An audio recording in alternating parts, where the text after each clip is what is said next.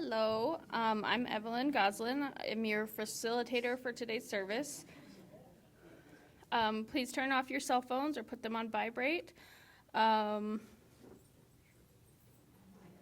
want to thank Lou Seiler, thank you, for such a great surprise. She found herself able to play for us today and offered to do so. Thank you, Lou. You're welcome.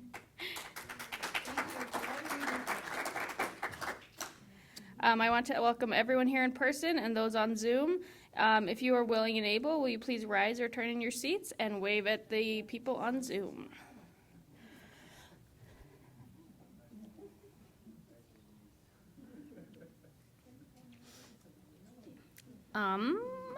If you are new here, please ask any one of us how to access our website or find out how to get involved in our activities. If you would like to receive our newsletter, please ask Deborah Smith or any one of us to put your name on our email list. We have a few announcements. Today is the first Sunday of the month. We first want to celebrate anyone who has a birthday today. Raise your hand if you were born in August. 2, yay! There will be birthday cake during coffee hour after the service. Free Thinkers will meet today at 1 p.m. and Tina's office hours will be at their usual time next Tuesday, August 6th, 12:30 to 3:30. She will also be here to meditate at 11 on Tuesday if you would like to also. Michael. Is there any other announcements? I don't know. Did anyone bring any up? Nope. Nope. Okay. Okay. No other announcements, right? No. So, because this is the first Sunday of the month, we will say our covenant of right relations together. Several years ago, we worked out a covenant of how we wanted to act well with each other, and we want to remember and recommit to it each month. This is not a creed that you have to believe, but a decision to act well in community. If you feel comfortable with these guidelines, please read the covenant with me now. But if you don't have to read along. We, the congregation of Sky Island Unitarian Universalist Church, covenant to treat all beings with compassion and kindness, listen actively and speak responsibly, seek understanding and be open to change. Acknowledge our imperfections and our differences with good humor. Renewal our energies to creating and maintaining a vibrant, beloved community among ourselves and in the greater world. When I first preached here, I think it was in the fall of 2015, Reverend Linda Lawrence, who was our minister then, asked me to preach about religion in Cochise County. And as I still wonder every time I think about preaching, like, what do I say about play? Or what do I say about faith in September? It's always a ginormous task to make it into something bite-sized and something I can speak about. And how do I talk about religion in Cochise County? So I went to the census records, right? And they showed me what people were. I know we have a lot of Mormons, and we have maybe 2 Muslims that I have found.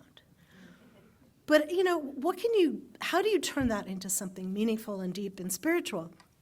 I had an epiphany. When you talk about a religion, you need to talk about how it is lived by somebody who lives it.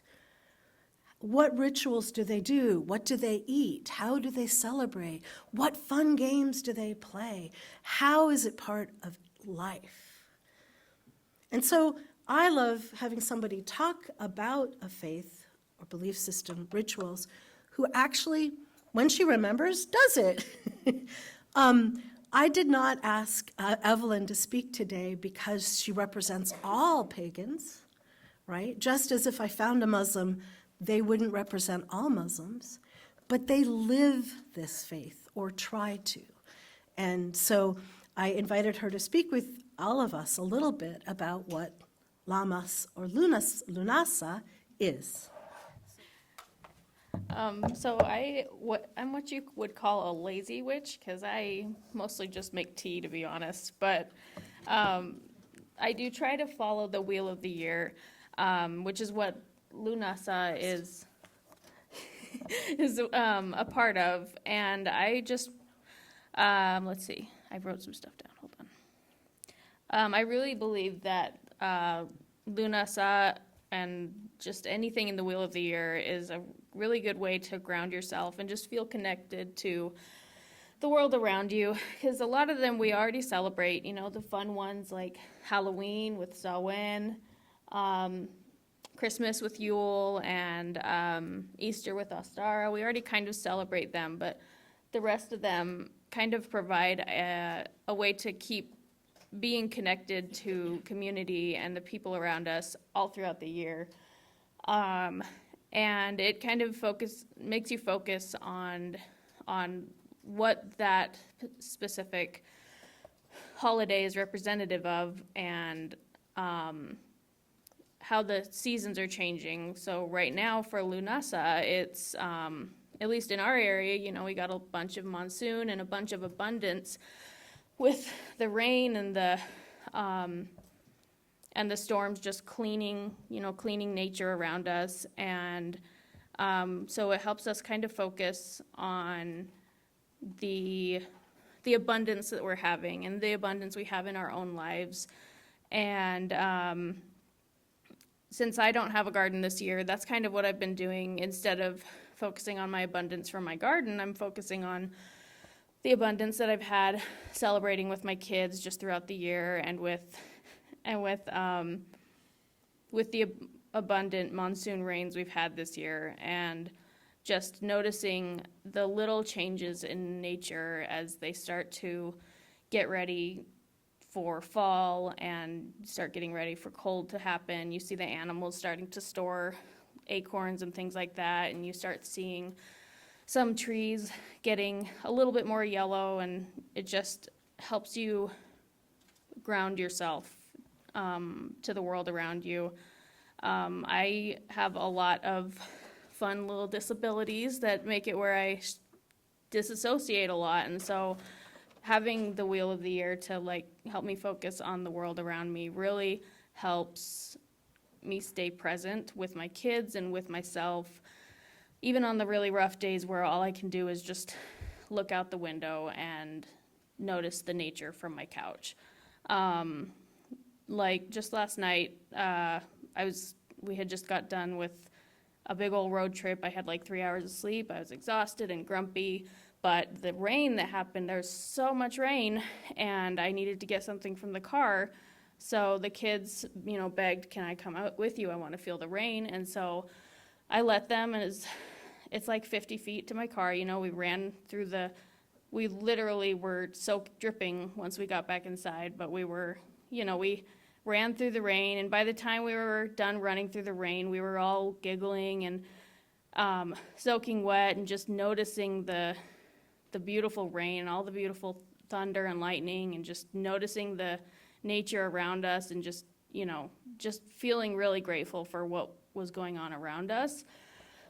And so it really, really helps you just focus on the abundance going on in your life around you when you notice the wheel of the year, and you don't just see it raining really hard. You go out and you live it and you experience it. And I just wanted to kind of talk about that, and how we as a society, I think, have kind of become complacent, and we don't really notice these things as much anymore. And I think that if more of us did notice the little changes in nature, and maybe notice the celebrations like these, where they're what our ancestors would have celebrated hundreds of years ago, if we notice these things, it helps us connect to them and connect to the world around us, and just be a lot more in tune with nature, and with ourselves and with our families. And there's all kinds of little ways that you could do it. This one is almost like a pagan Thanksgiving. All three of the harvest festivals are, because you're just grateful for what you have. So you could have a big old party and, have people over for dinner and have lots of good food that you grew or that you have the privilege of purchasing at the store. Or you could, if you don't have any energy, you could literally just lay on your couch and acknowledge it in your mind, which is what I end up doing a lot on my really rough days. And if anything, I will plan my Halloween costume, I'll just have fun acknowledging the season through my phone, because that's all you can do some days. But yeah, I really think that, no matter what your spiritual beliefs, I really think that everybody should be celebrating the Wheel of the Year because of that connection to community and the people around us and the world around us. And yeah, that's all I need to say.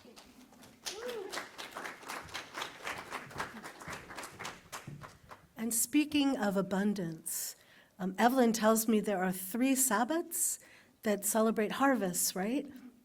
So Lammas is celebrating first harvest, first fruits. It's this abundance, and I think it's before there are any dead leaves, any sign of death. Just this wonderful abundance. Second is it Mabon? Mabon, and it's the equinox. And then finally, of course, the Samhain. Meat harvest, okay. And then Samhain, right? Halloween is more of the ending of the year, right? The final harvests. Which is New Year's, yeah, sorry. So I just want to say, today we're celebrating abundance, which in Latin means like overflowing. And one of our first overflowing blessings is that we actually have Lou again today. Thank you for being here, unexpectedly and wonderfully. Go ahead. Okay. Oops. Our chalice lighting was written by Reverend Scott Taylor, who has been a UU minister for over 25 years and started Soul Matters a decade ago.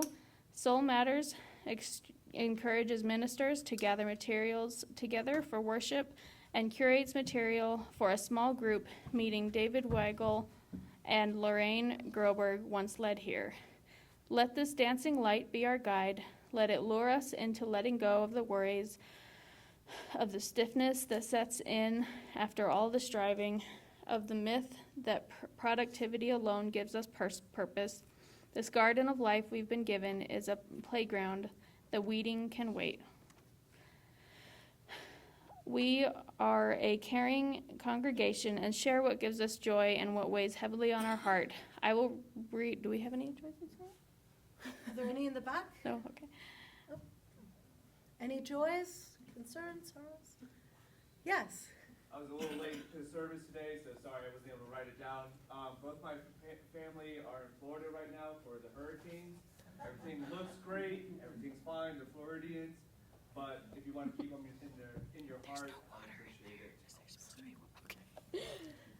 So I'm just going to repeat that. We have some concerns for our Floridians out there and anyone in the way of bad weather. My phone told me many of the places I care about may have bad weather today, but nothing quite like that. So we lift up your family and all you love and anyone we know who might be in the path of that. Thank you. I'll add stones for all the joys and sorrows that fill our hearts but have not been said out loud today. Tina, I had a joy. Thank you. It's Tricia. Continue. Go for it. Okay. The Wilcox softball team, the pitcher Hattie McCumber, set a new Little League Softball World Series record today, striking out 15 batters. Previous record was 11. So the first game they won 2-1. Was the opening game. Thank you, Tricia. That's amazing. That's awesome.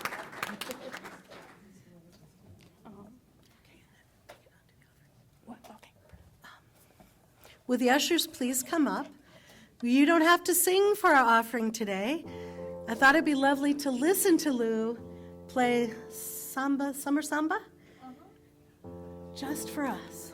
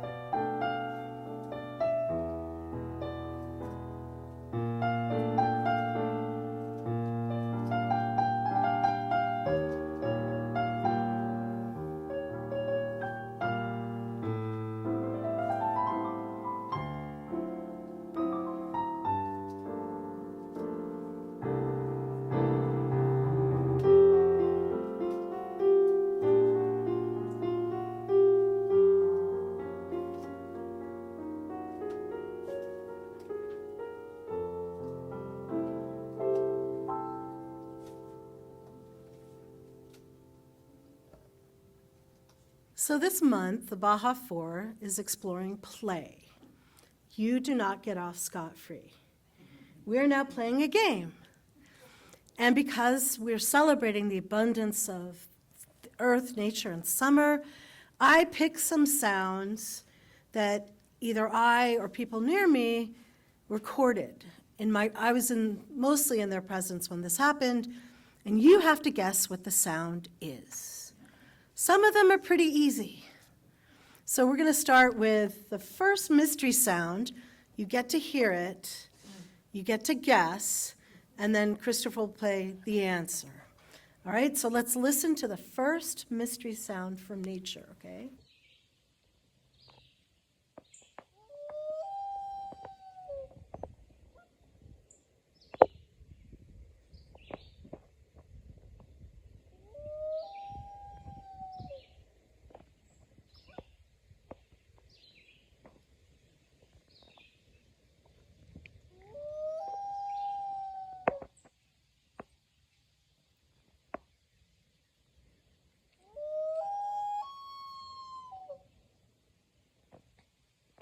So does anyone know what that is?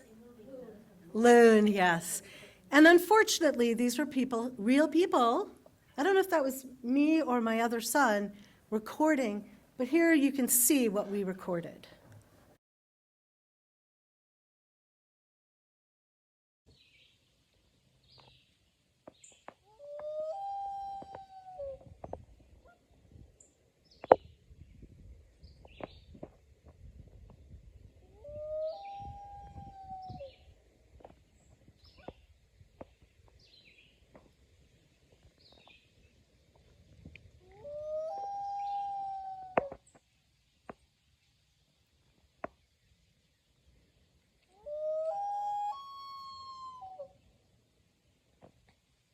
Okay, mystery sound number 2.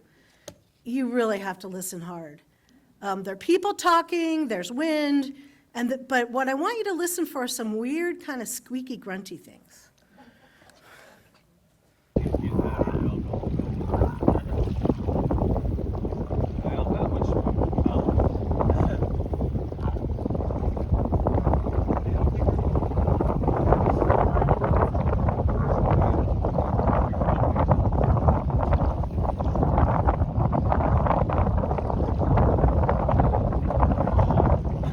But could show the answer, because I bet none of you could guess what that was.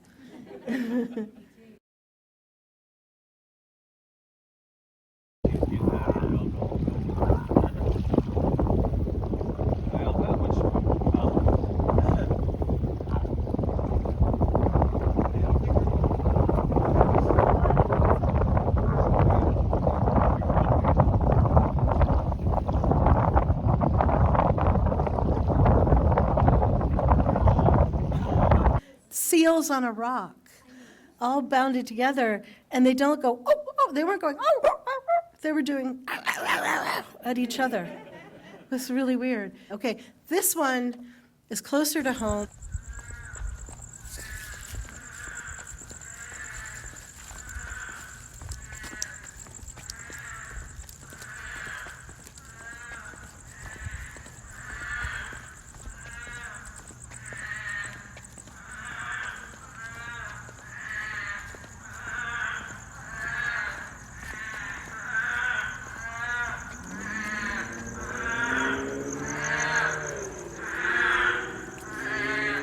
So you will recognize what this is.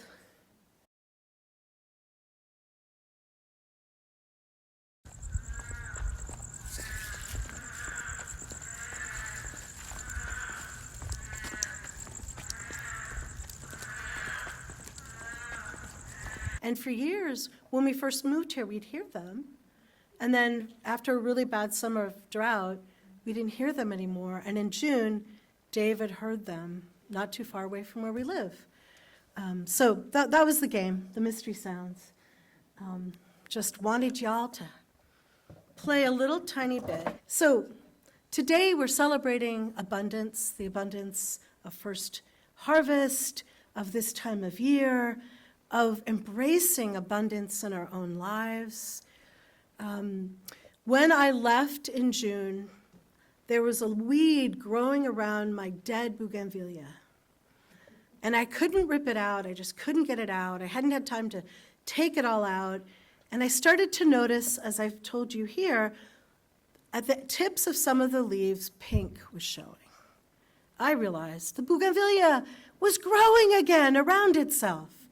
When I got back a month later, it was a full-blown bush again.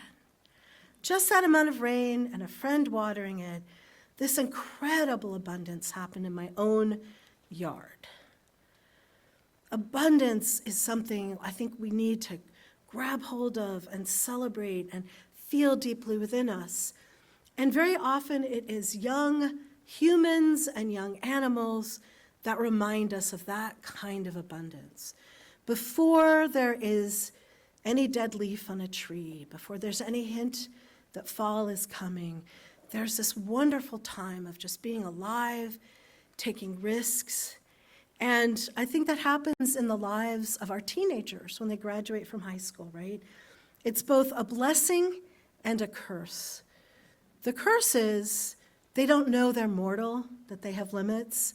I am so grateful that Buena High School, along with many high schools, has something they call Project Graduation. And I got to volunteer this year and watch all the kids coming in. I swear there were police officers and marshals and sheriff's deputies, as many as there were children in the building, but everyone was having fun. I am sure, given all they ate and all I served them, there might have been some illicit substances in that building, but at least they were doing them in a safe place. They weren't driving, right? They don't always have a sense that their life is limited and that it's sometimes really good to know that you have limitations, that you are finite. But it is also incredibly important to know, to understand that life force, to feel that, to let it rejuvenate you. And one of the ways we do that is through play. Play allows us to do what Reverend Matthew Funk Crary thinks all UUs should do. If I were preaching like I did last week, I would say, it is our job as UUs to rekindle joy in the world. Reverend Matthew was pointing that out. But I think there's so much more to abundance and to play than just joy. There's also a willingness to do something new, to take a risk, to make a fool of yourself, to do something different. How many of us make fools of ourselves on a regular basis? Good, glad to hear it. How many of us risk something new when we think of it and try it? Right? Yeah. Play is a way of opening us, I think, to abundance, to remember.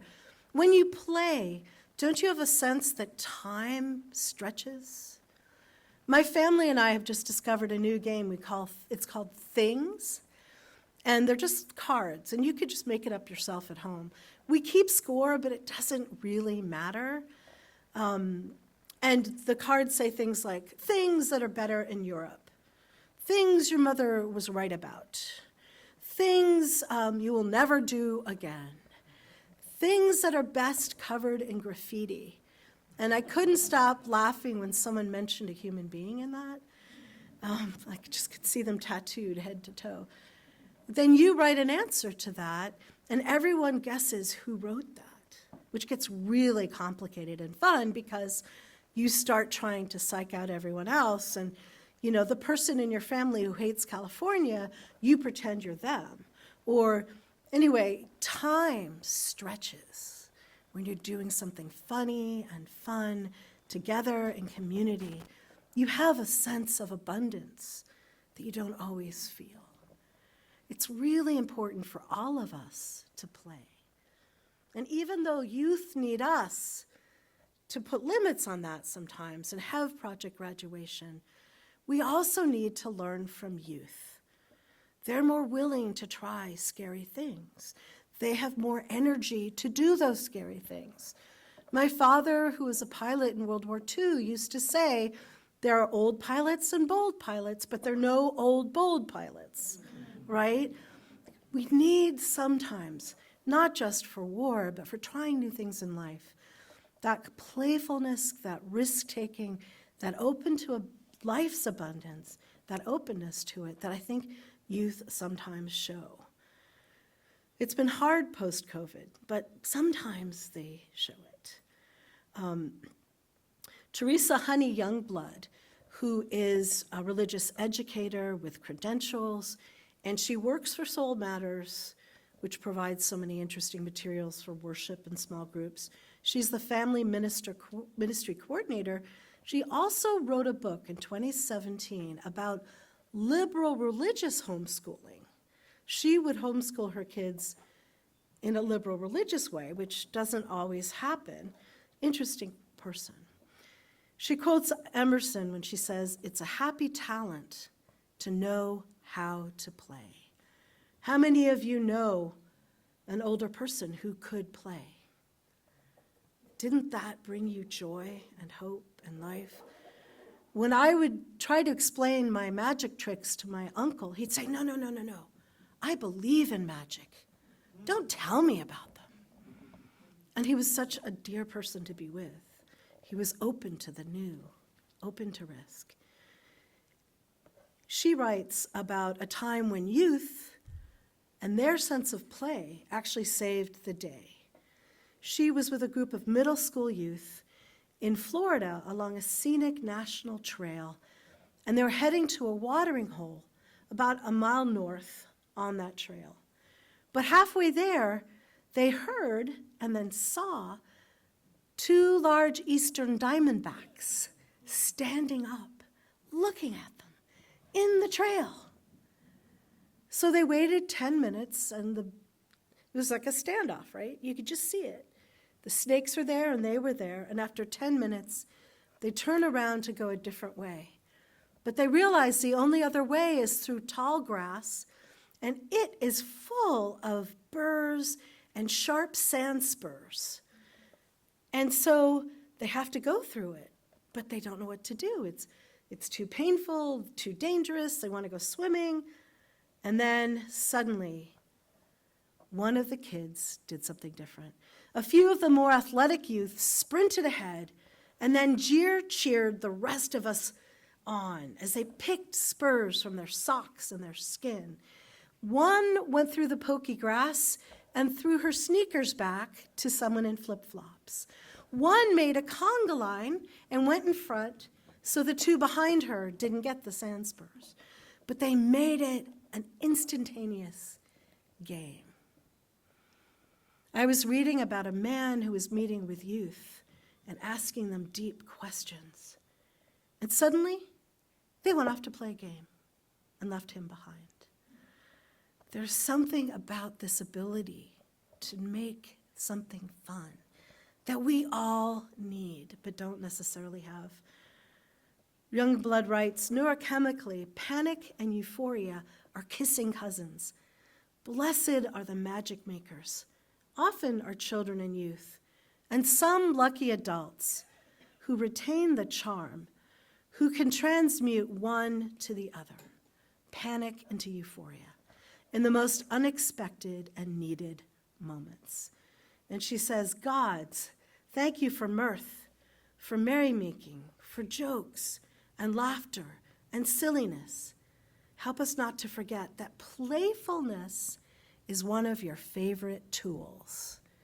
One of the favorite tools of the divine is playfulness, because it taps into this great abundance inside us where time stretches and possibility opens up, and people of all ages do something new and get wet in the rain. After we talked earlier in the week, Evelyn was talking about monsoon rain as cleansing and some other moments she'd had with her boys. And I was remembering in New Hampshire, I had an umbrella, but we all decided we like rain. We never have rain. We got drenched running in. Even if they're 18 and 20 and two people who are 60, we'll run in the rain and enjoy it. A few nights ago, I heard a big crack. And I elbowed my husband. I said, don't you want to go outside and play in this wonderful cleansing rain? He just sort of grunted at me. But how often do we do that? Just go outside and say, we're Arizona people. This is a blessing. We need to taste it. Now, during the pandemic, one of the things that saved me, and I know I've spoken of it to you all here, was something called a Facebook page called Clergy with Cats. And we would talk about the antics of our churches, and even more funny, the antics of our cats. And it really kept us going across continents and denominations and beliefs, because cats, I think, I don't know how joyful they are, but they're curious and they take risks. And if they make a fool of themselves, well, they saunter off and pretend nothing happened. But I think it's really important we watch cat videos, because if you can't actually physically play, now I've given you options. You can run in the rain, you can play games here. Every third Friday when I'm giving out emergency assistance funds, you're invited to come play games. People don't show up, but you're invited. There are ways to play. And if you can't play, you can watch others play, right? 5 of us from this church went up to Tucson to the Loft Theater to watch the Cat Fest. Every year they cobble together these different cat videos and gifts and memes and raise money for shelters. And there's still some more dates, right? Yeah, so if you're interested, you can go. So I just want to remind you all, as you leave today, I give you a spiritual discipline to play, again I say play. Let yourself feel abundance. Let yourself laugh. Let time grow, because you're dreading the game or enjoying the game. Let yourself feel wonder, joy, possibility. Take risks. And if you can't do it yourself, please watch someone else doing it. Hear these closing words from Reverend Scott. Go ahead, put it all the way down. From the Reverend Scott Taylor, who also wrote our chalice lighting and heads the resource Soul Matters. Go ahead, set it down. Sorry. Which gives us great worship material. Kick the ball, dance in the rain, get lost on purpose, play fetch with the dog, fly the kite, smell the flowers, jump in the puddle, pull out the paints, throw the dice, learn the two-step, Let life take you by the hand. Lean back and let the wind mess up your hair. Laugh, live, live. And after our postlude today, I don't know if you're still willing to do it. Oh, sure, I left it in my vehicle, but I could get it. Okay. In the spirit of play, if anyone's interested in singing along to Downtown, we'll do that postlude with Lou after. So go in peace and come back and sing if you wish.